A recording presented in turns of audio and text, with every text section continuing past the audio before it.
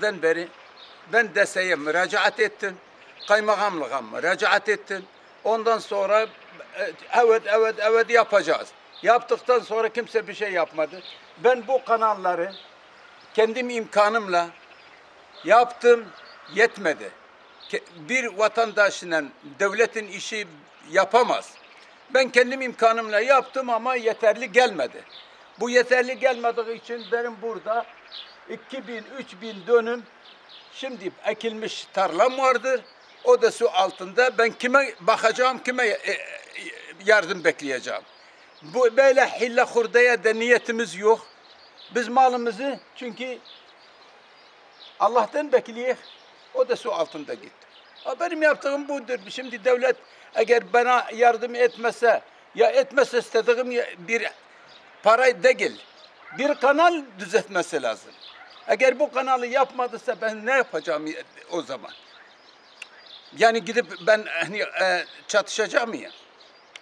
Biz bu hala yaptığımız halde gelsinler, görsünler, ondan sonra acısınlar. Şimdi gelmeden masa başında oturmuş dese kaymakamlık hiç buranın kimsenin halini görmeyen, vatandaşın halini görmeyince vallahi yapacağız masa başında. Ya masa başında iş çözülmüyor ya, vatandaşın gelin ayağına. Ben daha kaymakamı daha yüzünü görmedim.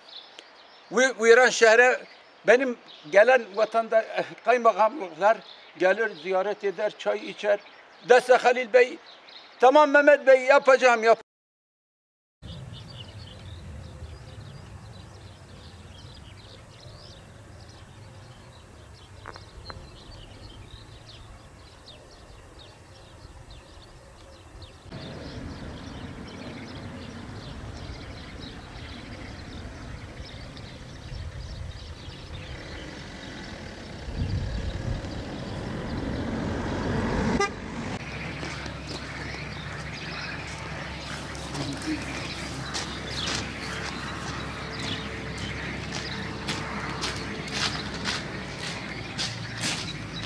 Lardan dolayı epeyce bir zararımız vardır.